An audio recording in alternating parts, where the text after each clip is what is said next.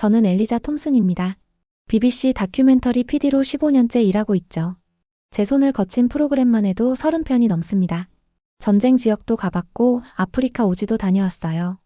그런 제가 지금 한국행 비행기표를 예매하고 있습니다. 시작은 아주 사소했어요. 점심시간에 사무실 TV에서 NHK 뉴스가 나오고 있었죠. 평소라면 그냥 지나쳤을 겁니다. 하지만 그날은 달랐어요. 화면 속에 한 여성이 등장했거든요. 리사 뮬러. 독일 프리랜서 작가였습니다. 한국 여행이 제 인생을 바꿨습니다. 리사의 목소리는 떨리고 있었어요. 카메라가 그녀의 표정을 클로즈업 했을 때 저는 뭔가 이상하다고 느꼈습니다. 그녀의 눈빛이 너무 진지했거든요.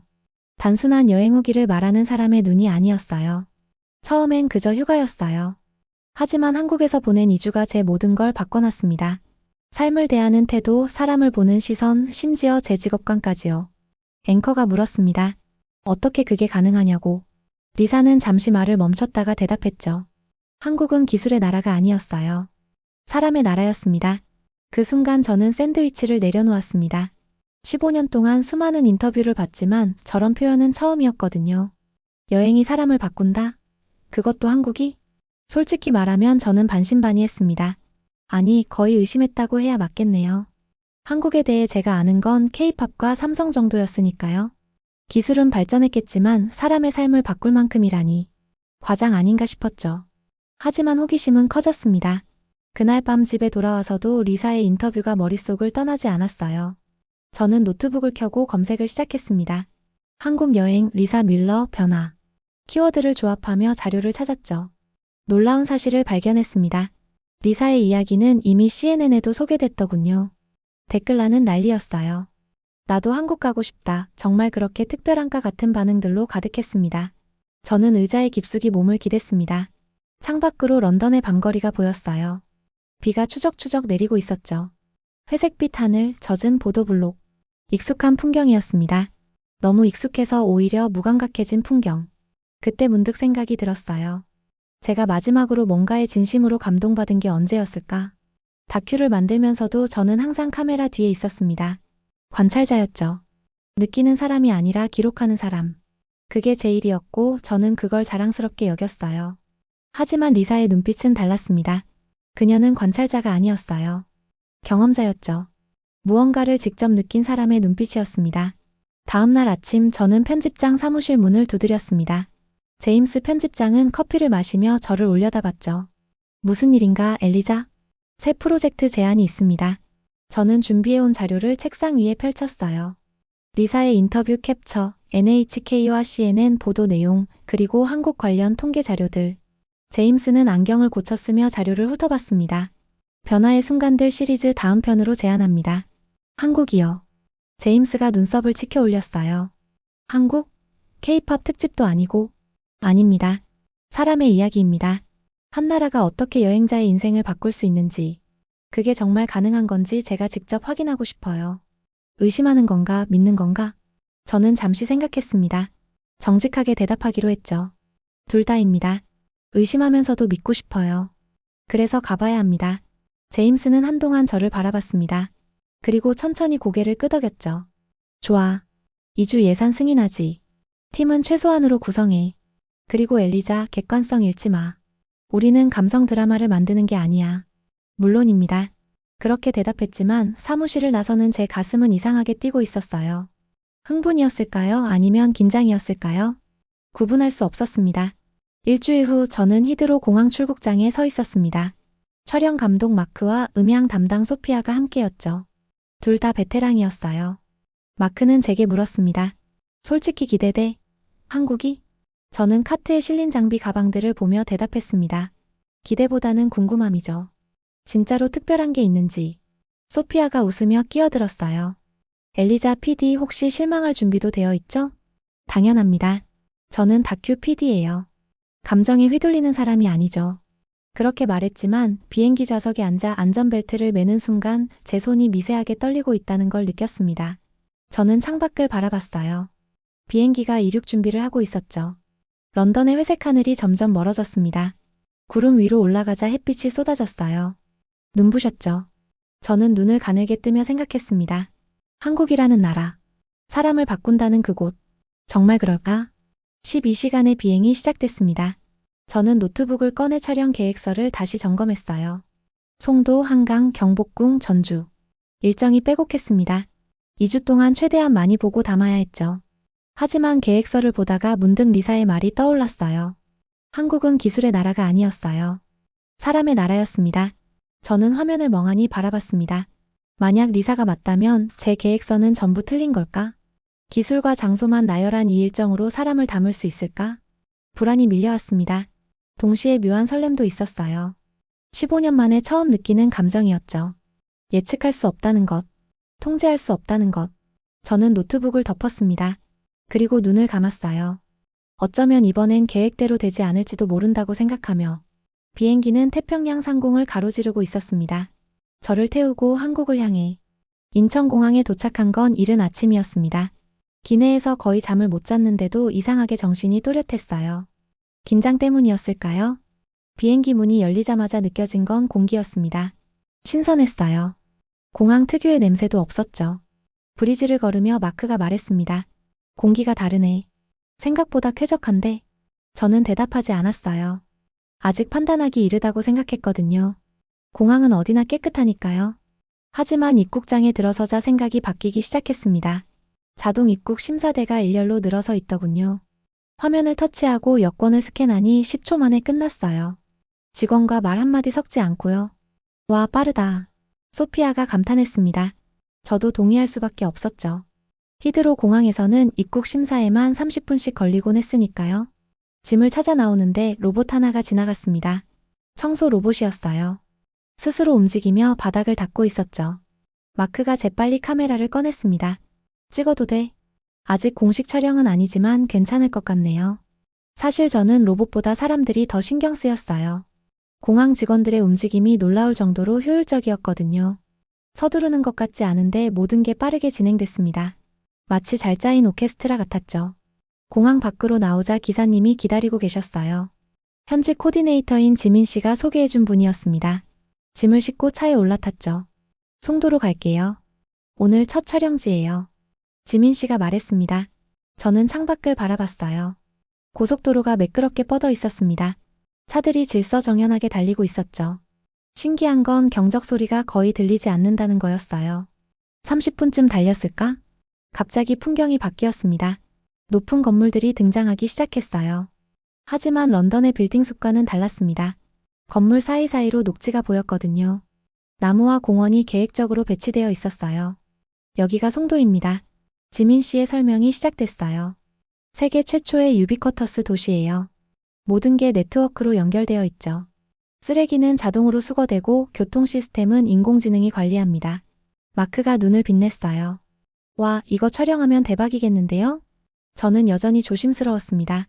계획된 도시는 어디나 깨끗해 보이죠. 실제 사람들의 삶은 다를 수 있어요. 차에서 내리자마자 촬영을 시작했습니다. 센트럴파크를 배경으로 첫 씬을 찍었어요. 인공수로를 따라 산책로가 이어져 있었고 사람들이 여유롭게 걷고 있었습니다. 좋은 그림이네요. 마크가 모니터를 보며 말했어요. 저도 동의했습니다. 화면은 분명 아름다웠죠. 하지만 뭔가 부족한 느낌이었어요. 겉모습만 담는 것 같았거든요. 지민 씨가 다음 장소로 안내했습니다. 자동 쓰레기 수거 시스템이 있는 아파트 단지였어요. 각 집마다 쓰레기통이 없었습니다. 대신 투입구가 있었죠. 여기에 쓰레기를 넣으면 지하 파이프를 통해 자동으로 수거돼요. 시간당 70km 속도로 이동하죠. 설명을 듣는데 한 주민이 지나가다 멈춰섰습니다. 60대쯤 되어 보이는 여성이었어요. 촬영하시나 봐요. 외국분들인가요? 지민 씨가 통역을 해줬습니다. 저는 인사를 건넸죠. BBC에서 왔습니다. 다큐멘터리를 찍고 있어요. 아이고, 멀리서 오셨네요. 우리 동네가 신기하세요? 네, 인상적입니다. 그 여성이 웃었어요. 처음엔 저도 적응이 어려웠어요. 너무 편해서 오히려 이상했다가 근데 살다 보니 이게 당연해지더라고요. 그 말이 묘하게 마음에 걸렸습니다. 이게 당연해진다는 것. 첨단 시스템이 일상이 된다는 것. 그게 과연 좋은 걸까, 나쁜 걸까? 점심은 센트럴파크 근처 식당에서 먹었습니다. 메뉴판을 보는데 가격이 생각보다 저렴했어요. 한국은 외식 물가가 합리적이에요. 지민 씨가 설명했습니다. 저는 비빔밥을 주문했죠. 음식이 나왔을 때 그 색감에 놀랐어요. 빨강, 초록, 노랑, 하얀색이 조화롭게 담겨 있었습니다. 섞어서 드세요. 지민 씨의 조언대로 비벼서 먹었습니다. 맛이 복잡했어요. 매콤하면서도 고소하고 아삭한 식감과 부드러운 밥이 어우러졌죠. 단순해 보이는데 전혀 단순하지 않았습니다. 어때요? 마크가 물었어요. 저는 숟가락을 내려놓으며 대답했습니다. 생각보다 훨씬 맛있네요. 이게 한국의 일상 음식이라고요? 네, 아주 흔한 메뉴예요. 그 순간 이상한 감정이 들었습니다. 일상이 이 정도 수준이라면 특별한 것들은 얼마나 대단할까? 하지만 저는 그 생각을 빨리 지워버렸어요. 아직 판단하기 이르다고 스스로에게 말하며 오후에는 자율주행 셔틀을 체험했습니다. 송도 내에서 운행되는 작은 버스였어요. 운전자가 없었죠. 차는 스스로 신호를 인식하고 장애물을 피했습니다. 소피아가 흥분한 목소리로 말했어요. 이거 완전 미래잖아요. 저도 감탄할 수밖에 없었습니다. 부드러운 주행, 정확한 정차. 모든 게 완벽했어요. 하지만 동시에 석연치 않은 기분도 들었죠. 너무 완벽해서 오히려 이상해요. 마크가 저를 쳐다봤습니다. 무슨 말이에요? 모든 게 계획대로라는 거죠. 시스템이 완벽하면 사람의 여지는 어디 있을까요? 그게 나쁜 건가요? 모르겠어요. 아직은. 해가 기울 무렵 센트럴파크에서 마지막 촬영을 했습니다. 저녁빛이 건물들을 물들이고 있었어요. 아름다운 풍경이었죠. 카메라에 담기 좋은 그림이었습니다. 하지만 저는 만족스럽지 않았어요. 뭔가 빠진 것 같았거든요. 리사가 말한 그것. 사람을 바꾸는 무언가. 아직 찾지 못했습니다. 호텔로 돌아가는 차 안에서 지민 씨가 물었어요. 첫날 어떠셨어요? 저는 창밖을 보며 대답했습니다. 인상적이에요. 하지만 아직 겉모습만 본 것 같아요. 내일은 다를 거예요. 밤의 서울을 보여드릴 테니까요. 밤의 서울. 그 말이 묘하게 기대됐습니다. 낮과 밤이 다른 도시가 있을까? 저는 고개를 끄덕이며 호텔 창밖을 바라봤어요. 송도의 불빛들이 하나둘 켜지고 있었습니다. 계획된 도시의 계획된 야경. 아름답지만 차가웠죠. 내일은 다를까? 저는 그렇게 생각하며 눈을 감았습니다. 밤 10시 저는 다시 카메라 앞에 섰습니다. 장소는 한강공원이었어요. 지민 씨가 서울의 진짜 모습은 밤에 나온다고 했거든요. 솔직히 반신반의했습니다. 밤이라고 뭐가 다를까 싶었죠. 하지만 도착하자마자 저는 말문이 막혔습니다. 사람들로 가득했거든요. 조깅하는 사람, 자전거 타는 사람, 돗자리 깔고 앉아있는 가족들. 밤 10시가 넘었는데도 공원은 살아있었어요. 저기 좀 보세요. 마크가 카메라를 한 방향으로 돌렸습니다. 젊은 여성이 혼자 조깅을 하고 있었어요. 이어폰을 끼고 리듬에 맞춰 달리고 있었죠. 주변을 경계하는 기색이 전혀 없었습니다. 저는 순간 충격을 받았어요. 런던에서 밤 10시에 여성 혼자 조깅한다는 건 상상할 수 없는 일이었거든요. 저도 절대 안 합니다. 무섭거든요. 일반적인 풍경인가요? 지민 씨에게 물었습니다. 그가 담담하게 대답했어요. 네, 아주 흔한 모습이에요. 한강은 24시간 개방되어 있고 밤에도 안전하니까요. 안전. 그 단어가 머릿속에 맴돌았습니다. 안전이 당연한 도시. 밤이 두렵지 않은 곳. 그게 정말 존재할 수 있을까요? 조금 더 걸어가자 편의점이 보였습니다. 24시간 운영 표시가 환하게 빛나고 있었어요. 지민 씨가 제안했습니다. 들어가 보실래요? 한국 편의점 문화를 경험해 보시면 좋을 것 같은데요. 들어가자마자 저는 놀랐습니다. 편의점이 이렇게 클 줄 몰랐어요. 그리고 음식 종류가 엄청났죠. 삼각김밥, 컵라면, 도시락, 심지어 즉석 조리 음식까지. 이거 다 먹을 수 있는 거예요? 물론이죠. 여기 테이블에서 바로 드실 수도 있어요. 소피아가 신기한 듯 삼각김밥을 집어들었습니다. 이게 뭐예요? 참치마요 삼각김밥이에요. 한국 편의점의 베스트셀러죠. 저희는 몇 가지를 골라 계산했습니다. 가격을 보고 또 한 번 놀랐어요. 전부 합쳐도 5파운드가 안 됐거든요. 런던에서 샌드위치 하나 값이었죠. 테이블에 앉아 포장을 뜯었습니다. 삼각김밥을 한 입 베어 물었어요. 참치와 마요네즈, 김과 밥이 입안에서 어우러졌습니다. 단순한데 중독적이었어요. 맛있네요. 진심이었습니다. 마크는 컵라면을 후루룩 먹으며 엄지를 치켜세웠죠. 소피아는 이미 두 번째 삼각김밥을 뜯고 있었고요. 한국 사람들은 이렇게 자주 편의점을 이용해요? 네, 일상이죠.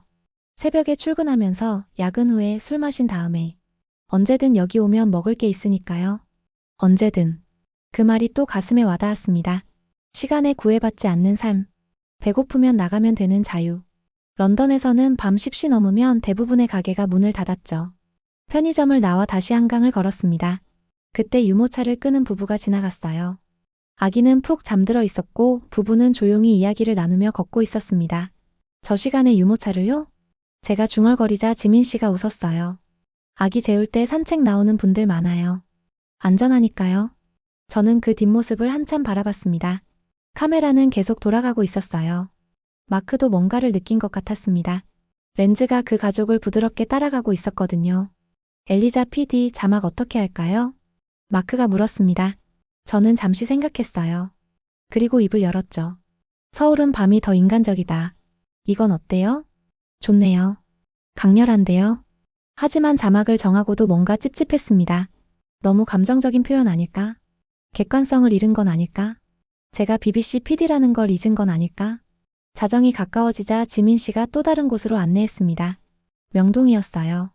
쇼핑거리로 유명한 곳이라고 했죠. 자정인데 가게가 열려 있나요? 일부는 새벽까지도 해요. 도착해보니 정말로 불이 환하게 켜져 있었습니다. 사람들도 여전히 많았어요. 쇼핑하는 사람, 길거리 음식을 먹는 사람, 사진 찍는 관광객들. 저는 그 풍경을 넋 놓고 바라봤습니다.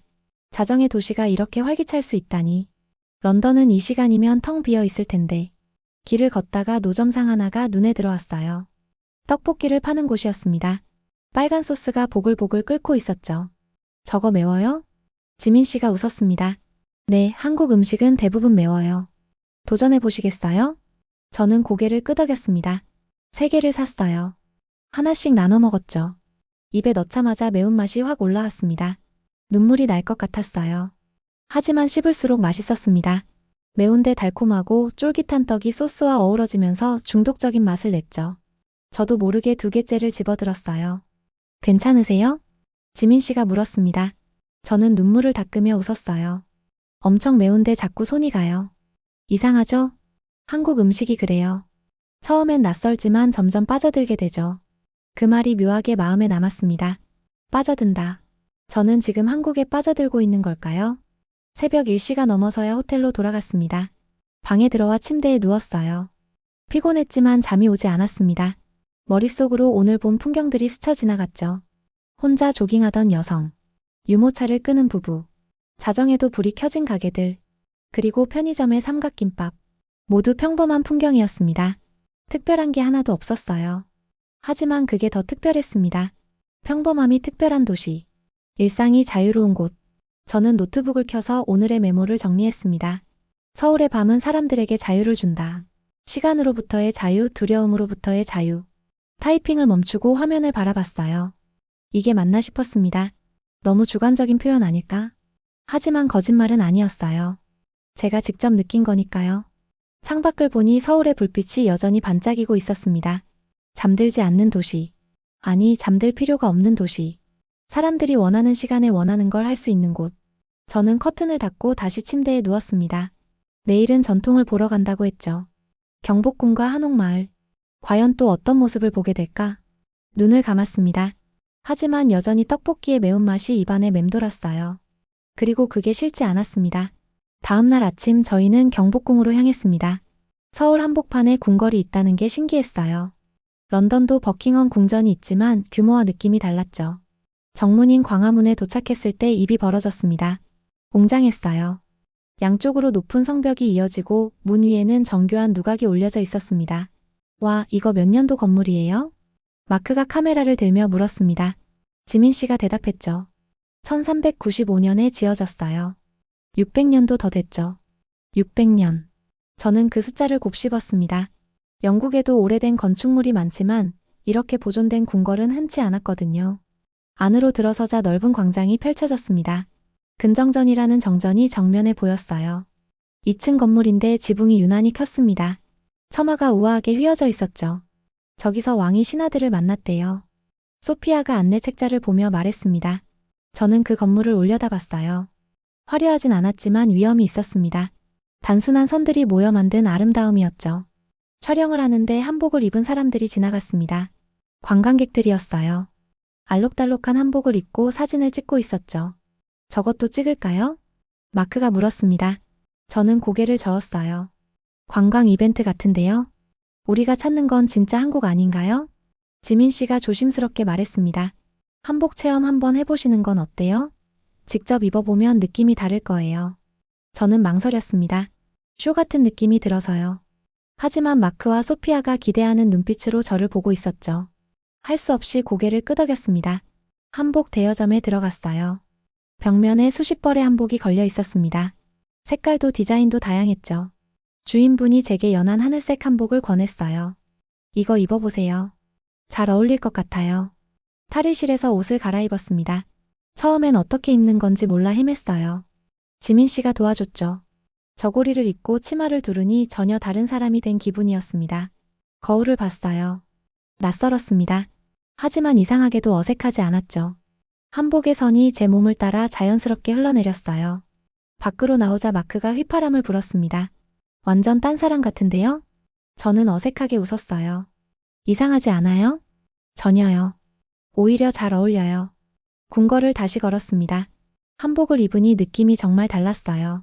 움직임이 부드러워졌다야요. 급하게 걸을 수 없었습니다. 치마가 발을 감싸며 천천히 걷게 만들었죠. 그 순간 깨달았습니다. 이 옷은 빨리 가라고 만든 게 아니구나. 여유를 갖고 걸으라고 만든 옷이구나. 어때요? 지민 씨가 물었습니다. 저는 한참을 생각하다 대답했어요. 옷이 사람을 바꾸는 것 같아요. 제 걸음걸이가 달라졌어요. 마음도요. 그게 한복이에요. 입으면 자연스럽게 차분해지죠. 저는 그제야 이해했습니다. 이게 쇼가 아니라는 걸, 관광 이벤트가 아니라는 걸, 이건 문화였어요. 옷을 통해 전해지는 철학이었죠. 오후에는 전주로 이동했습니다. KTX를 탔어요. 기차가 놀라울 정도로 조용하고 빨랐습니다. 이 시간 만에 도착했죠. 전주 한옥마을은 경복궁과는 또 다른 느낌이었습니다. 전통 가옥들이 옹기종기 모여 있었어요.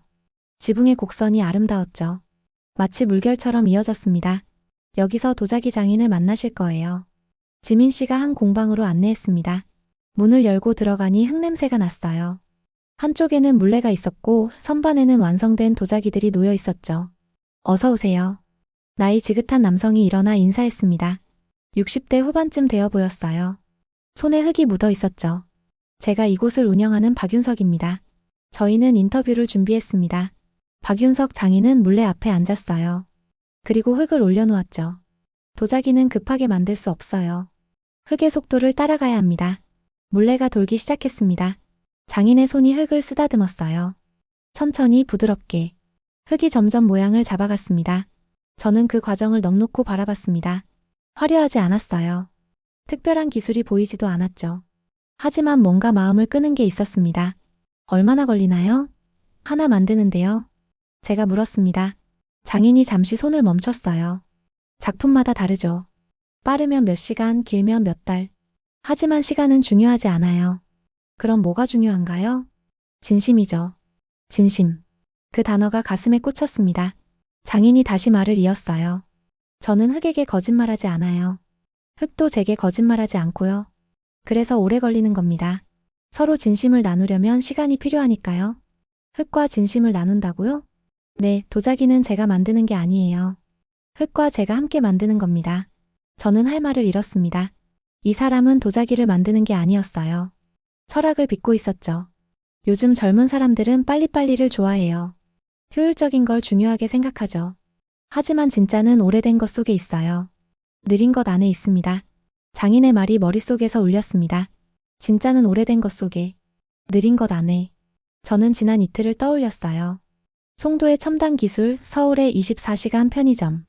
빠르고 효율적인 것들. 하지만 이곳에는 그 반대가 있었습니다. 느리고 정성스러운 것. 한국은 둘 다 가진 나라인가 봐요. 제가 중얼거렸습니다. 지민 씨가 고개를 끄덕였죠. 맞아요. 빠름과 느림, 현대와 전통이 공존하는 곳이에요. 그제야 이해가 됐습니다. 한국이 특별한 이유를. 이 나라는 한쪽을 버리지 않았어요. 앞으로 가면서도 뒤를 놓지 않았죠. 공방을 나오니 해가 기울고 있었습니다. 한옥마을에 노을이 비쳤어요. 기와지붕이 붉게 물들었죠. 저는 그 풍경을 한참 바라봤습니다. 카메라를 들지 않았어요. 그냥 눈에 담고 싶었거든요. 엘리자 PD 촬영 안 해요? 마크가 물었습니다. 저는 고개를 저었어요. 지금은 그냥 보고 싶어요. 마크가 놀란 표정을 지었습니다. 15년 동안 함께 일했지만 제가 이런 말을 한 적은 없었거든요. 저도 제가 놀라웠습니다. 변하고 있었어요. 저도 모르게. 천천히. 서울로 돌아온 건 저녁 무렵이었습니다. 지민 씨가 한강 야경을 찍으면 좋겠다고 제안했어요. 저는 동의했죠. 이미 한 번 와봤지만 낮과 밤이 다를 거라 생각했습니다. 세비섬에 도착했어요. 한강 위에 떠있는 인공섬이었습니다. 세 개의 섬이 조명으로 빛나고 있었죠. 분홍색, 파란색, 초록색. 물에 반사되어 환상적인 풍경을 만들었어요. 와, 이거 진짜네요? 소피아가 감탄했습니다. 저도 놀랐어요. 사진으로만 보면 합성 같았거든요. 하지만 실물은 더 아름다웠습니다. 마크가 삼각대를 설치했어요. 야경 촬영을 준비하는 동안 저는 섬을 걸었습니다. 사람들이 많았어요. 연인들, 가족들, 친구들. 모두 여유로운 표정이었죠. 그때 음악 소리가 들렸습니다. 멀지 않은 곳에서 밴드 공연이 열리고 있었어요. 한강 페스티벌이라고 했죠. 저기 가봐도 될까요? 저는 지민 씨에게 물었습니다. 그가 웃으며 고개를 끄덕였어요. 물론이죠. 좋은 장면 나올 수도 있어요. 무대 쪽으로 걸어갔습니다. 사람들이 삼삼오오 모여 있었어요. 어떤 사람들은 돗자리를 깔고 앉아 있었고 어떤 사람들은 서서 리듬에 맞춰 몸을 흔들고 있었죠. 밴드는 4명이었습니다. 기타, 베이스, 드럼, 그리고 보컬. 젊어 보였어요. 20대 중반쯤? 노래는 경쾌했습니다. 한국어 가사였지만 멜로디가 좋았어요. 저는 뒤쪽에 서서 관찰했습니다. 사람들의 표정이 밝았어요. 어떤 할머니는 손자와 함께 손뼉을 치고 있었고 어떤 젊은이는 맥주를 마시며 고개를 끄덕이고 있었죠. 자유로웠습니다. 누구도 뭐라고 하지 않았어요. 춤추고 싶으면 춤추고 앉고 싶으면 앉고 떠들고 싶으면 떠들었죠. 런던의 하이드파크 콘서트와는 달랐습니다. 거기는 규칙이 많았거든요. 여기 분위기 좋죠? 지민 씨가 옆에 섰습니다. 저는 고개를 끄덕였어요. 네, 정말 자유로워 보여요. 한국 사람들은 이런 걸 좋아해요. 공간을 공유하는 거요. 혼자만의 시간도 좋지만 함께하는 순간도 소중하게 생각하죠. 그 말을 듣는 순간 옆에서 마크가 카메라를 들고 있는 걸 봤습니다. 그런데 카메라가 저를 향하고 있더군요. 마크, 왜 나를 찍어요? 엘리자 PD 표정이 너무 좋아서요. 처음 보는 표정이에요. 저는 당황했습니다. 제 표정이요? 저는 항상 무표정을 유지하려고 노력했거든요. PD는 감정을 드러내면 안 된다고 배웠으니까요. 지워요. 그런 장면 필요 없어요. 하지만 마크는 웃기만 했습니다. 그리고 카메라를 내리지 않았죠. 노래가 바뀌었습니다. 템포가 빨라졌어요. 사람들이 더 신나게 움직이기 시작했습니다. 어느새 저도 리듬에 맞춰 발을 구르고 있었어요. 깜짝 놀랐습니다. 제가 지금 뭐 하는 거지? 저는 관찰자예요. 참여자가 아니라. 하지만 몸은 이미 음악에 반응하고 있었죠. 옆에 있던 소피아가 제 팔을 잡았습니다. PD님 같이 춤춰요. 아니, 저는. 하지만 소피아는 이미 저를 끌고 앞으로 나가고 있었어요. 사람들 사이로 들어갔습니다. 음악이 더 크게 들렸죠. 베이스가 심장을 두드렸습니다. 저는 어쩔 수 없이 몸을 움직였습니다. 어색했어요. 리듬도 잘 못 탔죠. 하지만 이상하게 즐거웠습니다. 주위를 둘러봤어요. 모두 자기만의 방식으로 춤을 추고 제 시도와 ES 계속 있었습니다. 잘 추는 사람도 있었고 서툰 사람도 있었어요. 하지만 아무도 신경 쓰지 않았죠. 그냥 즐기고 있었습니다. 그 순간 깨달았어요. 여기서는 완벽할 필요가 없구나. 잘할 필요도 없구나. 그냥 있는 그대로 있으면 되는구나. 노래가 끝났습니다. 사람들이 박수를 쳤어요. 저도 손뼉을 쳤습니다. 진심으로요. 밴드 보컬이 마이크에 대고 말했습니다. 오늘 와주신 모든 분들께 감사드려요. 한강에서 함께할 수 있어서 행복합니다. 행복. 그 단어가 공기 중에 떠돌았습니다. 저는 그 단어를 마음속으로 반복했어요. 행복. 언제 마지막으로 이 단어를 진지하게 생각해 봤을까? 공연이 끝나고 사람들이 흩어지기 시작했습니다. 저는 한강 난간에 기대섰어요. 강물이 조용히 흐르고 있었습니다. 불빛들이 수면에 반짝였죠. 마크가 다가왔습니다. 카메라를 내려놓고 옆에 섰어요. 엘리자 PD, 솔직히 물어봐도 돼요? 뭐요? 지금 즐기고 있죠? 저는 대답하지 못했습니다. 즐기고 있냐고요? 저는 일하러 온 건데. 다큐를 찍으러 온 건데. 하지만 거짓말할 수 없었어요. 마크의 눈을 보니 알 것 같았거든요. 제 표정이 다 말해주고 있다는 걸. 네, 즐기고 있어요. 인정하자 마음이 편해졌습니다. 동시에 무서웠어요. 저는 객관성을 잃고 있었습니다. 관찰자에서 경험자로 변하고 있었죠. 영국에서도 이런 자유는 없었어요. 제 입에서 나온 말에 저 스스로 놀랐습니다. 마크도 조용히 고개를 끄덕였어요. 맞아요. 런던에서는 항상 뭔가 신경 써야 했죠. 여기는 그냥 편해요. 편하다. 그게 정확한 표현이었습니다. 한국에 온 지 사흘밖에 안 됐는데 저는 이미 편안함을 느끼고 있었어요. 지민 씨가 다가왔습니다. 다음 장소로 이동할까요? 저는 시계를 봤어요. 밤 11시였습니다. 하지만 전혀 피곤하지 않았죠. 네, 가죠. 우리는 세비섬을 떠났습니다. 하지만 제 마음 한편에는 뭔가 남아 있었어요. 음악, 사람들, 그리고 자유의 느낌. 그게 계속 맴돌았습니다. 차 안에서 창밖을 바라봤어요. 한강을 따라 달리고 있었습니다. 다리 위의 조명이 아름다웠죠. 엘리자 PD 자막 생각해뒀어요? 마크가 물었습니다. 저는 잠시 생각했어요. 그리고 입을 열었습니다. 한강은 강이 아니라 감정입니다. 이건 어때요? 소피아가 웃었어요. 와, 완전 시적인데요. BBC 맞아요? 저도 웃었습니다. BBC 맞냐고요? 저도 모르겠었어요. 지금의 저는 런던에 있던 제가 아니었으니까요. 호텔에 도착했을 때는 자정이 넘어 있었습니다. 방에 들어와 침대에 앉았어요. 거울 속 제 모습을 봤습니다. 표정이 달라져 있었어요. 부드러워진 것 같았습니다.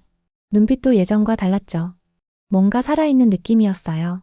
저는 노트북을 켰습니다. 오늘의 메모를 적어야 했죠. 하지만 키보드 앞에서 한참을 멈춰 있었습니다. 뭐라고 써야 할까? 객관적인 기록을 써야 할까? 아니면 솔직한 감정을 써야 할까? 결국 둘 다 썼습니다. 오늘 한강 세비섬에서 밴드 페스티벌을 취재했습니다. 자유로운 분위기가 인상적이었습니다.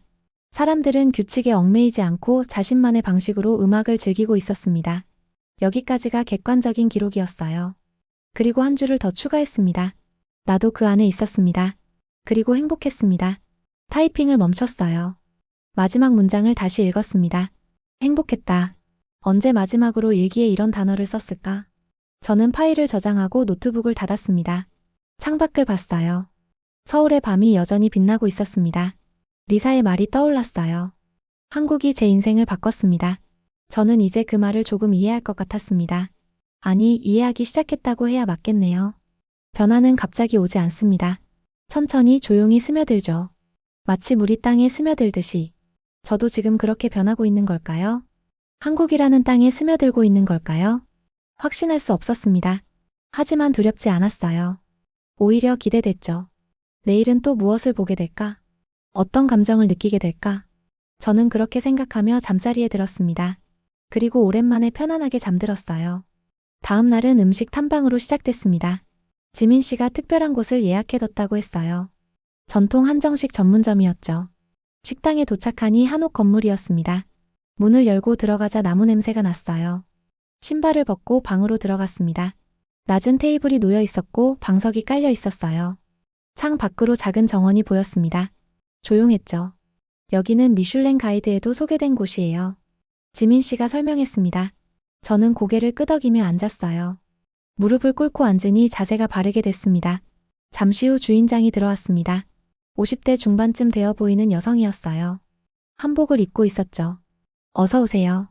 오늘 정성껏 준비했습니다. 그 말투가 특이했습니다. 정성껏. 준비했다가 아니라 정성껏 준비했다고 했어요. 음식이 나오기 시작했습니다. 하나씩 천천히. 작은 접시들이 테이블을 채워갔어요. 이게 전부인가요? 마크가 물었습니다. 주인장이 미소 지었어요. 아니요, 시작일 뿐입니다. 한정식은 12가지가 넘어요. 첫 번째 접시는 나물이었습니다. 초록색, 갈색, 흰색. 3가지 나물이 담겨 있었어요. 작은 양이었지만 색깔이 선명했습니다. 이 나물들은 오늘 아침에 손질했어요. 하나하나 정성을 다해 씻고 데쳤죠. 주인장의 설명을 듣고 나물을 입에 넣었습니다. 신선했어요. 아삭한 식감과 은은한 맛이 입안에 퍼졌죠. 간이 세지 않네요. 제가 말했습니다. 주인장이 고개를 끄덕였어요. 한식은 재료의 맛을 살리는 요리예요. 간을 세게 하면 재료가 죽습니다. 재료가 죽는다. 그 표현이 인상적이었습니다. 두 번째는 생선구이였어요. 은빛 피부가 살짝 그을려 있었습니다. 젓가락으로 살을 발라 먹었죠. 부드러웠어요. 비린내가 전혀 나지 않았습니다. 이 생선은 어디서 왔어요? 남해에서 왔습니다. 어제 아침에 잡은 거예요. 어제 아침. 24시간도 안 된 생선이라는 얘기였죠. 신선도를 이렇게까지 따지는구나 싶었습니다. 세 번째, 네 번째, 다섯 번째. 음식이 계속 나왔습니다. 각각이 작은 예술품 같았어요. 색의 조화, 그릇의 선택, 담는 방식. 모든 게 의도적이었습니다. 한 접시 준비하는데 얼마나 걸려요? 소피아가 물었습니다. 주인장이 잠시 생각하더니 대답했어요. 시간으로는 말할 수 없어요. 마음으로 재니까요. 마음으로 잰다. 또 시적인 표현이 나왔습니다. 하지만 거짓말 같지 않았어요. 이 음식들을 보면 정말 마음이 담긴 것 같았으니까요. 메인 요리가 나왔습니다. 한우 갈비찜이었어요. 고기가 부드러워 보였습니다. 김이 모락모락 올라오고 있었죠. 이 한우는 120일 숙성시킨 겁니다. 특별한 날을 위해 준비한 거예요. 120일. 4개월이나 기다렸다는 얘기였습니다. 저는 젓가락으로 고기를 집었어요. 놀라울 정도로 부드러웠습니다. 입에 넣자 녹아내렸어요. 맛이 복잡했습니다. 단순한 고기 맛이 아니었어요. 시간이 만든 깊이가 있었죠. 씹을수록 다른 맛이 나왔습니다. 저는 눈을 감았습니다. 이 한 조각에 4개월이 들어있구나. 누군가의 기다림이 담겨있구나. 어떠세요? 주인장이 물었습니다. 저는 눈을 뜨고 정직하게 대답했어요. 제 인생에서 먹어본 음식 중 최고예요. 과장이 아니었습니다. 런던에서 미슐랭 3스타 레스토랑도 가봤어요. 하지만 이건 달랐습니다. 기술이 아니라 철학이었거든요. 주인장이 앉았습니다. 저희 맞은편이에요. 제가 요리를 시작한 건 30년 전이에요. 어머니에게 배웠죠. 어머니는 할머니에게 배우셨고요. 가업이네요. 네, 하지만 단순한 가업이 아니에요. 이건 삶의 방식입니다. 저는 귀를 기울였습니다. 주인장의 목소리가 진지했거든요. 한식은 빨리 만들 수 없어요. 재료를 고르는 것부터 시작해서 손질하고 양념하고 조리하는 모든 과정에 시간이 필요합니다. 그리고 그 시간 동안 요리사는 음식과 대화를 해요. 음식과 대화요? 네, 재료가 뭘 원하는지 들어야 합니다. 언제 불을 줄여야 하는지, 언제 더해야 하는지. 재료가 말해줘요. 이 말이 며칠 전 도자기 장인의 말과 똑같다는 걸 깨달았습니다. 흙과 대화한다던 박윤석 장인. 이분도 같은 철학을 가지고 있었어요. 한국 사람들은 모두 이렇게 생각하나요? 주인장이 고개를 가로저었습니다. 아니요, 요즘은 빠른 걸 좋아하는 사람들이 많죠. 하지만 진짜를 아는 사람들은 여전히 이걸 찾아와요. 진짜. 또 그 단어였습니다. 진짜는 느린 것 안에 있다. 진심 속에 있다. 식사가 끝날 무렵 저는 카메라를 내려놓았습니다. 마크가 놀란 표정을 지었어요. 엘리자 PD, 왜요? 지금은 촬영하고 싶지 않아요. 그냥 경험하고 싶어요. 그 말을 하는 제 자신이 놀라웠습니다. 저는 BBC PD예요. 기록하는 게 제 일이죠. 하지만 지금은 다큐가 아니라 나 자신을 위해 이 순간을 느끼고 싶었습니다. 마크가 천천히 고개를 끄덕였습니다. 그리고 자기도 카메라를 내려놓았어요. 마지막 음식은 식혜였습니다. 달콤한 음료였어요. 쌀알이 동동 떠 있었죠. 식혜는 소화를 돕는 전통 음료예요. 식사 후에 마시면 좋습니다. 한 모금 마셨어요. 시원하고 달콤했습니다. 배가 편안해지는 느낌이었죠. 식당을 나올 때 주인장이 문 앞까지 배웅했습니다. 깊게 인사를 했어요. 좋은 시간 되셨길 바랍니다. 정말 특별했어요. 감사합니다. 밖으로 나왔습니다. 햇살이 따스했어요. 저는 한참을 그 자리에 서 있었습니다. 엘리자 PD 괜찮아요? 지민 씨가 물었습니다. 저는 천천히 고개를 끄덕였어요. 네, 괜찮아요. 아니, 괜찮은 것보다 더 좋아요. 뭐라고 표현해야 할지 모르겠었습니다. 배가 부른 게 아니었어요. 마음이 채워진 느낌이었죠. 차에 타고 다음 목적지로 이동하는 동안 저는 창밖만 바라봤습니다. 생각에 잠겨 있었어요. 음식 하나에도 철학이 담긴다. 시간과 정성이 맛을 만든다. 빠름이 아니라 느림이 진짜를 만든다. 이 모든 게 한국에서 배운 것들이었습니다. 그리고 이제 이해했어요. 왜 리사가 바뀌었는지, 왜 인생이 달라졌다고 했는지. 한국은 속도가 아니라 깊이를 가르치는 나라였습니다. 효율이 아니라 의미를 보여주는 곳이었죠. 저는 가방에서 노트를 꺼냈습니다. 펜을 들고 썼어요. 음식은 단순한 영양이 아니다. 그 안에는 시간과 마음과 철학이 담긴다. 한국의 밥상은 그걸 가르쳐준다. 쓰고 나서 문장을 다시 읽었습니다. 다큐 내레이션 같지 않았어요. 너무 감성적이었죠. 하지만 지우지 않았습니다. 이게 진심이었으니까요. 제가 느낀 진짜였으니까요. 차창 밖으로 서울거리가 지나갔습니다. 사람들이 바쁘게 걸어가고 있었어요. 하지만 그 바쁨 속에도 뭔가 여유가 있어 보였습니다. 저도 이제 그 여유를 배우고 있는 걸까요? 천천히 조금씩. 6째 날 아침 저희는 지하철을 타기로 했습니다. 서울 시민들의 일상을 담고 싶었거든요. 출근 시간대를 피해 오전 10시쯤 2호선에 올랐어요. 생각보다 사람이 많았습니다. 하지만 혼잡하진 않았어요. 질서정연했죠. 사람들이 한쪽으로 서서 반대편을 비워뒀습니다. 왜 한쪽만 서 있어요? 마크가 물었습니다. 지민 씨가 설명했죠. 급한 사람들이 지나갈 수 있게요. 배려 문화예요. 배려. 그 단어가 또 나왔습니다. 지하철에서 인터뷰를 시작했어요. 허락을 구하고 몇몇 승객들에게 질문했습니다. 서울에서 사는 게 어때요? 젊은 직장인이 대답했습니다. 편해요. 교통도 좋고 뭐든 가까이 있고. 불편한 점은 없나요? 그가 잠시 생각하더니 웃었어요. 글쎄요, 너무 편해서 나태해질까봐 걱정될 정도. 촬영을 하는 동안 한 노인이 다가왔습니다. 70대쯤 되어 보였어요. 외국분들인가 봐요. 뭐 찍고 계세요? 지민 씨가 통역을 해줬습니다. 저는 예의 바르게 대답했어요. 다큐멘터리요. 서울의 일상을 담고 있습니다. 아이고, 우리 일상이 뭐 특별한가. 그냥 사는 거지. 하지만 그 노인은 자리를 뜨지 않았습니다. 관심 있는 표정으로 카메라를 구경했어요. 혹시 도움 필요하면 말씀하세요. 제가 서울 토박이거든요. 감사합니다. 그 노인은 몇 정거장을 함께 가다가 내렸습니다. 내리기 전에 손을 흔들어 줬어요. 다음 역에서 한 여학생이 탔습니다. 교복을 입고 있었어요. 큰 배낭을 메고 있었죠. 저희 옆에 섰습니다. 갑자기 소피아의 마이크 배터리가 나갔어요.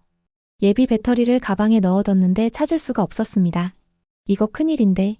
소피아가 당황했습니다. 오늘 중요한 인터뷰가 잡혀 있었거든요. 그때 옆에 서 있던 여학생이 조심스럽게 말을 걸었습니다. 저기 혹시 배터리 찾으세요? 지민 씨가 통역을 해줬어요. 소피아가 고개를 끄덕였죠. 네, AA 배터리인데 여분을 잃어버린 것 같아요. 여학생이 가방을 뒤지더니 뭔가를 꺼냈습니다. 새 AA 배터리 2개였어요. 이거 쓰세요. 저 리모컨용으로 사뒀는데 나중에 사면 돼요. 아니, 어떻게. 돈을 드려야죠. 소피아가 지갑을 꺼냈습니다. 하지만 여학생이 손을 저었어요. 괜찮아요. 도움이 됐으면 좋겠어요. 그리고는 다음 역에서 내려버렸습니다. 저희가 감사 인사를 제대로 하기도 전에요. 저는 멍하니 서 있었습니다. 방금 뭘 본 거죠? 모르는 외국인에게 자기 물건을 그냥 준 건가요? 지민 씨, 이거 흔한 일인가요? 어떤 게요? 방금 그 학생처럼 도와주는 거요. 지민 씨가 고개를 끄덕였습니다. 네, 그렇게 이상한 일은 아니에요. 한국 사람들은 어려워 보이는 사람 있으면 도와주는 편이에요. 왜요? 그냥. 사람 대 사람이니까요? 그 대답이 가슴에 꽂혔습니다. 사람 대 사람. 그렇게 단순한 이유였어요. 홍대에서 내렸습니다. 젊음의 거리라고 했죠. 거리 공연을 하는 사람들이 많았어요. 저희도 한 팀을 촬영했습니다. 댄스팀이었어요. 4명의 젊은이가 비트에 맞춰 춤을 추고 있었습니다. 실력이 좋았어요. 구경꾼들이 모여들었죠. 공연이 끝나고 인터뷰를 요청했습니다. 리더로 보이는 청년이 땀을 닦으며 웃었어요. BBC요? 와, 영광인데요. 여기서 자주 공연하나요? 네, 주말마다요. 우리 꿈이 프로 댄서거든요. 힘들지 않아요? 거리에서 추는 게? 그가 고개를 저었습니다. 전혀요. 여기 사람들이 진짜 관객이에요. 반응도 좋고 응원도 해주고. 옆에 있던 다른 멤버가 끼어들었어요. 한 번은 비 오는 날 공연했는데요. 어떤 할아버지가 우산 씌워주고 가셨어요. 그냥 놓고 가신 거예요. 돈을 받지 않고요? 네, 그냥 응원한다고 하시면서. 저는 카메라를 내려다봤습니다. 이 장면들이 다 녹화되고 있었어요. 하지만 렌즈가 담지 못하는 게 있었습니다. 바로 이 따뜻함이었죠. 오후에는 명동으로 다시 갔습니다. 낮에 보니 또 달랐어요. 쇼핑객들로 붐볐죠. 촬영을 하는데 갑자기 카메라가 이상해졌습니다. 화면이 깜빡이더니 꺼져버렸어요. 이런 고장인가? 마크가 당황했습니다. 카메라를 이리저리 확인했지만 소용없었어요. 예비 카메라는 호텔에 두고 왔습니다. 오늘 촬영 취소해야 하나? 저도 난감했습니다. 오늘 중요한 장면들을 찍기로 했거든요. 그때 옆 가게에서 한 청년이 나왔습니다. 20대 후반쯤 되어 보였어요. 저기 카메라 고장 나셨어요? 네, 갑자기 안 켜지네요. 제가 좀 볼까요? 전자제품 수리이래요. 청년이 카메라를 받아들었습니다. 꼼꼼히 살펴보더니 뒷부분을 열었어요. 아, 여기 접촉 불량이네요. 잠깐만요. 자기 가게로 들어가더니 공구를 들고 나왔습니다. 그리고 능숙하게 카메라를 수리하기 시작했어요. 10분쯤 지났을까? 카메라가 다시 켜졌습니다. 화면이 정상적으로 돌아왔어요. 됐어요. 완전히 고쳐졌습니다. 마크가 환호했습니다. 저는 그 청년에게 다가갔어요. 정말 감사합니다. 얼마 드리면 될까요? 청년이 손을 저었습니다. 아니에요, 괜찮아요. 아니, 시간도 쓰셨는데요. 10분인데요, 뭘. 그리고 외국에서 오셨잖아요. 좋은 추억 만들고 가세요. 그는 그렇게 말하고는 가게로 들어가 버렸습니다. 저희가 더 말하기도 전에요. 저는 그 자리에 서서 가게 간판을 한참 바라봤습니다. 평범한 전자제품 수리점이었어요. 특별할 것 없는 작은 가게. 하지만 그 안에 특별한 사람이 있었습니다. 엘리자 PD, 이거 믿겨요? 소피아가 물었습니다. 저는 천천히 고개를 끄덕였어요. 믿기지 않지만 믿을 수밖에 없죠. 직접 겪었으니까요. 저녁이 되어 종로로 이동했습니다. 마지막 인터뷰가 남아 있었거든요. 30년 동안 서울에서 산 택시 기사님이었어요. 택시에 올라타자 기사님이 백미러로 저희를 보며 웃었습니다. BBC라고 들었어요. 멀리서 오셨네요. 네, 서울에 대한 다큐를 찍고 있습니다. 서울이 어때요? 마음에 들어요? 저는 잠시 생각했습니다. 그리고 정직하게 대답했어요. 예상했던 것과 완전히 달라요. 좋은 의미로요. 뭐가 다른데요? 사람들이요. 기술이나 건물이 특별한 줄 알았는데 사람들이 가장 특별하더라고요. 기사님이 크게 웃었습니다. 그거 제대로 보셨네요. 서울은 사람이 만드는 도시예요. 30년 동안 운전하시면서 느낀 점이 있나요? 많죠. 근데 제일 중요한 건 이 도시는 절대 차갑지 않다는 거예요. 겉으로는 빠르고 바쁘게 보여도 속은 따뜻해요. 어떻게 그렇게 확신하세요? 기사님이 신호 대기 중에 뒤를 돌아봤습니다. 제가 30년 동안 수없이 봤거든요. 길 잃은 사람 도와주는 시민들, 넘어진 노인 일으켜주는 젊은이들, 비 오면 우산 빌려주는 가게 주인들. 매일 그런 걸 봐요. 그게 흔한 일인가요? 네, 너무 흔해서 뉴스도 안 돼요. 그냥 일상이에요. 그 말이 제 마음을 울렸습니다. 친절이 뉴스가 되지 않는 도시. 배려가 당연한 곳. 한국 사람들은 왜 이렇게까지 친절한가요? 제가 물었습니다. 기사님이 잠시 생각하더니 대답했어요. 글쎄요, 특별한 이유는 없을 거예요. 우리는 그냥 사람 대 사람으로 대하는 거예요. 당신이 외국인이든 한국인이든 어려우면 도와주는 거죠. 또 그 말이었습니다. 사람 대 사람. 오늘 하루 동안 3번째 듣는 말이었어요. 기술은 강국이 만들지만 배려는 문명국만이 가능하다. 제 입에서 나온 말에 저 스스로 놀랐습니다. 기사님이 백미러로 저를 보며 웃었어요. 좋은 말이네요. 써먹어도 돼요? 저도 웃었습니다. 물론이죠. 택시에서 내릴 때 요금을 내려는데 기사님이 손을 저었습니다. 아니에요. 인터뷰해 주셨잖아요. 제가 내는 거예요. 그럴 수 없어요. 저희가. 아니에요. 제 마음이에요. 한국 좋게 봐주셔서 감사해요. 결국 우리는 강제로 내릴 수밖에 없었습니다. 기사님이 차를 출발시키기 전에 창문을 내리고 말했어요. 다음에 또 오세요. 서울은 언제나 환영이에요. 택시가 사라지는 걸 보며 저는 그 자리에 서 있었습니다. 눈가가 뜨거워졌어요. 엘리자 PD 울고 있어요? 소피아가 놀라서 물었습니다. 저는 얼른 눈을 닦았어요. 아니에요, 바람 때문에.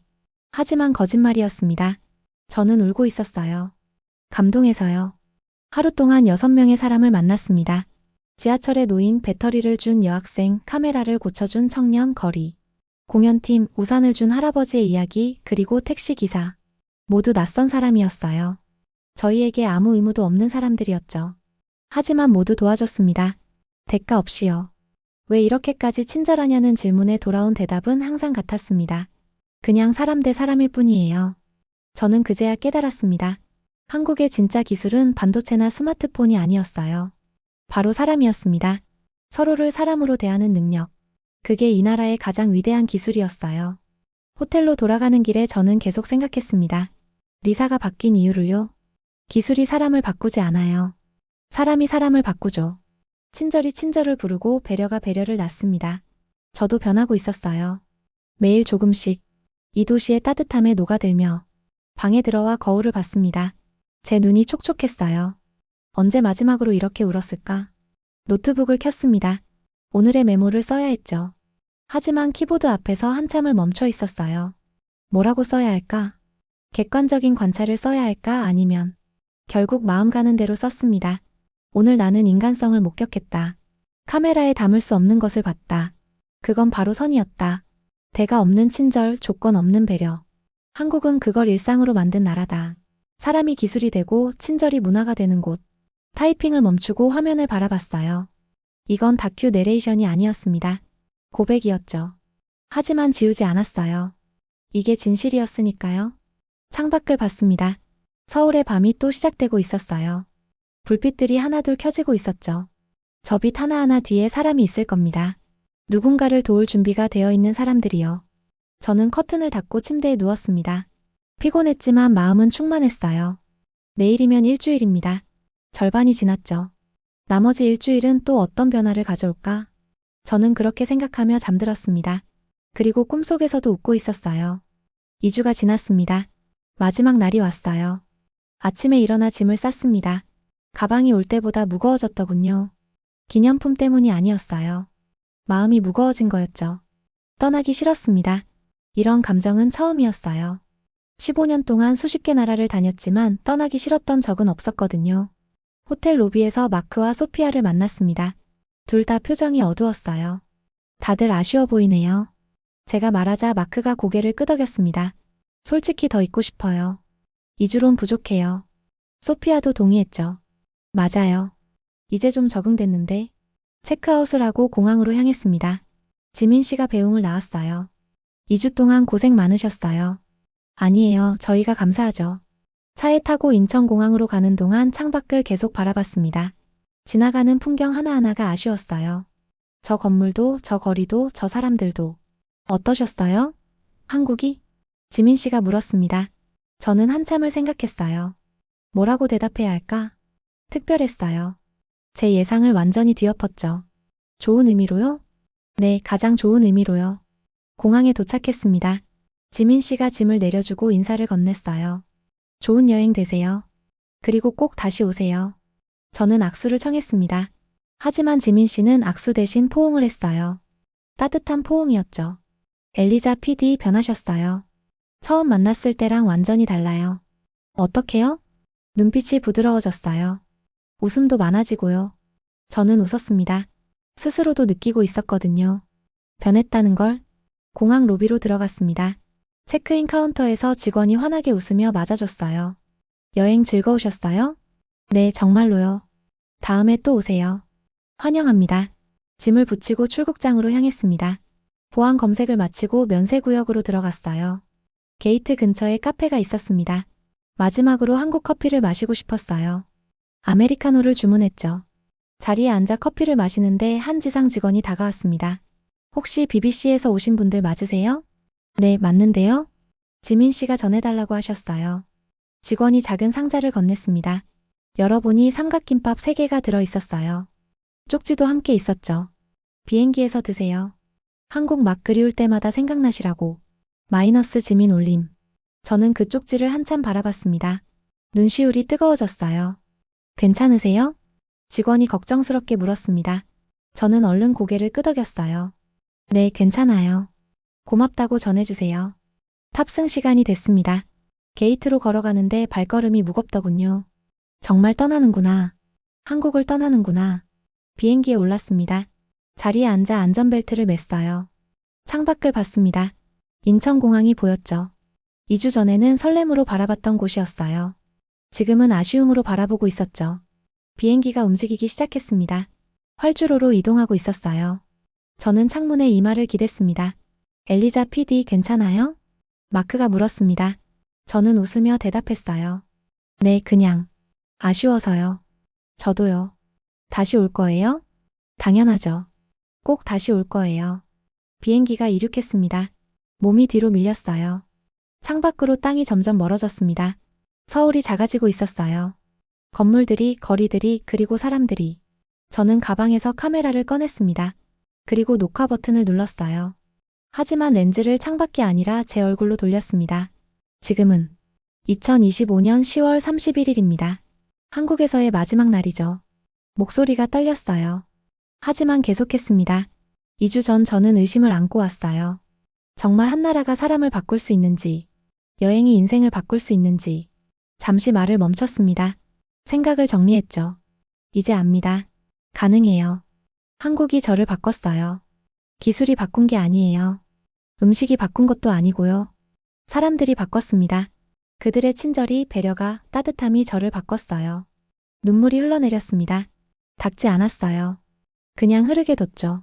저는 15년 동안 다큐 PD였어요. 관찰자였죠. 감정을 배제하고 객관적으로 기록하는 사람. 하지만 한국에서는 그럴 수 없었어요. 이곳은 관찰할 수 없는 나라예요. 경험해야 하는 곳이거든요. 카메라를 내렸습니다. 그리고 다이어리를 꺼냈어요. 펜을 들고 썼습니다. 이 나라는 다큐멘터리가 아니라 시로 남겨야 한다. 쓰고 나서 문장을 다시 읽었습니다. 맞는 말이었어요. 한국은 기록의 대상이 아니었습니다. 느낌의 대상이었죠. 비행기가 구름 위로 올라갔습니다. 햇빛이 쏟아져 들어왔어요. 눈부셨죠. 저는 눈을 감았습니다. 지난 2주가 파노라마처럼 지나갔어요. 송도의 첨단 기술, 한강의 자유로운 밤, 경복궁의 고요함, 전주 장인의 철학, 세비섬의 음악, 한정식의 정성, 그리고 사람들의 친절. 모든 순간이 특별했습니다. 하나하나가 제 마음을 바꿨죠. 12시간의 비행이 시작됐습니다. 삼각김밥을 꺼내 먹었어요. 참치마요 맛이었죠. 씹으면서 울었습니다. 맛있어서가 아니었어요. 그리웠어서였죠. 벌써 그리워지고 있었습니다. 런던에 도착한 건 현지 시간으로 저녁이었습니다. 히드로 공항은 여전히 회색빛이었어요. 비가 내리고 있었죠. 입국 심사를 기다리는 줄이 길었습니다. 30분을 기다렸어요. 인천공항의 자동 시스템이 그리웠죠. 집에 도착했습니다. 익숙한 공간이었어요. 하지만 이상하게 낯설었습니다. 짐을 풀고 소파에 앉았어요. 피곤했지만 잠이 오지 않았습니다. 노트북을 켰습니다. 촬영 파일들을 확인했어요. 2주 동안 찍은 영상이 수백 개였습니다. 하나씩 보기 시작했죠. 송도, 한강, 경복궁, 전주. 모든 장면이 아름다웠어요. 하지만 뭔가 부족한 느낌이었습니다. 화면이 담지 못한 게 있었거든요. 따뜻함, 친절함, 그리고 마음. 편집장에게 보고하러 간 건 다음 날이었습니다. 제임스는 커피를 마시며 저를 맞았어요. 어땠나, 한국? 특별했습니다. 좋은 영상 나왔나? 네, 하지만. 저는 잠시 망설였습니다. 그리고 정직하게 말했어요. 카메라가 담을 수 없는 게 있었어요. 한국의 진짜 모습은 영상 밖에 있었습니다. 제임스가 안경을 벗었습니다. 무슨 말인가? 사람들의 마음이요. 그들의 친절과 배려. 그걸 어떻게 화면에 담죠? 느껴야 아는 건데. 엘리자, 자네 감정이입한 거 아닌가? 네, 맞아요. 저는 감정이입했습니다. 그리고 그게 잘못이라고 생각하지 않아요. 제임스가 한숨을 쉬었습니다. 다큐 PD가 객관성을 잃으면 안 되지. 알아요. 하지만 어떤 것들은 객관적으로 볼 수 없어요. 경험해야만 이해할 수 있는 것들이 있습니다. 저는 USB를 내밀었습니다. 영상 보시고 판단해주세요. 제가 틀렸는지 맞았는지. 일주일 후 편집을 마쳤습니다. 60분짜리 다큐멘터리였어요. 제목은 이렇게 정했죠. 한국 사람을 바꾸는 나라. 시사회가 열렸습니다. 사내 직원들이 모였어요. 조명이 꺼지고 상영이 시작됐습니다. 저는 뒤에 앉아 사람들의 반응을 봤어요. 화면 속에서 한국이 펼쳐지고 있었습니다. 송도의 미래 도시, 한강의 자유로운 밤, 경복궁의 아름다움, 전주 장인의 철학, 그리고 사람들의 친절. 제 내레이션이 흘러나왔습니다. 한국은 기술의 나라가 아니었습니다. 사람의 나라였죠. 여기서는 첨단과 전통이 공존하고 빠름과 느림이 조화롭습니다. 하지만 가장 특별한 건 사람들이었어요. 그들의 친절이 이 나라를 만들었습니다. 상영이 끝났습니다. 잠시 정적이 흘렀어요. 그리고 박수가 터져나왔습니다. 제임스가 다가왔습니다. 표정이 진지했어요. 엘리자, 이거. 자네 최고의 작품이야. 정말요? 그래, 객관적이지 않아. 주관적이지. 하지만 그게 오히려 진실하게 느껴져. 자네가 진짜로 느낀 걸 담았으니까. 방송은 2주 후에 나갔습니다. BBC 1에서 황금 시간대에 방영됐죠. 반응은 폭발적이었습니다. 시청률도 높았지만 무엇보다 댓글들이 놀라웠어요. 나도 한국 가고 싶다. 사람이 저렇게 친절할 수 있다니. 다음 휴가는 한국이다. 기술보다 사람이 더 감동적이다. 소셜미디어에서도 화제가 됐습니다. 한국 여행 문의가 급증했다는 뉴스도 나왔어요. 한 달 후 리사에게서 연락이 왔습니다. 이메일이었어요. 엘리자, 당신의 다큐를 봤어요. 제가 느낀 그걸 완벽하게 담아내셨더군요. 이제 사람들이 이해할 거예요.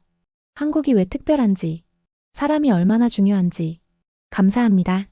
마이너스 리사. 저는 그 이메일을 읽고 또 읽었습니다.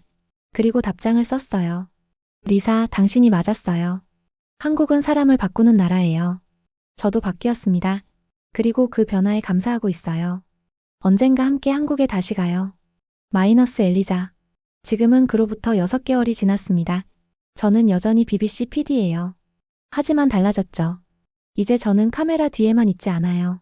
때로는 앞에도 서고 때로는 옆에도 섭니다. 관찰하면서도 경험하죠. 책상 위에는 삼각김밥 모형이 놓여 있어요. 지민 씨가 나중에 보내준 겁니다. 볼 때마다 웃게 되더군요. 벽에는 한강 사진이 걸려 있습니다. 세비섬이 빛나는 야경이에요. 가끔 그 사진을 보며 생각해요. 언제 다시 갈 수 있을까? 그 따뜻한 나라로. 그리고 확신합니다. 꼭 다시 갈 거라고. 한국은 단순한 여행지가 아니에요. 돌아오고 싶은 마음이 드는 나라죠. 기억이 아니라 그리움으로 남는 곳. 그게 바로 한국입니다.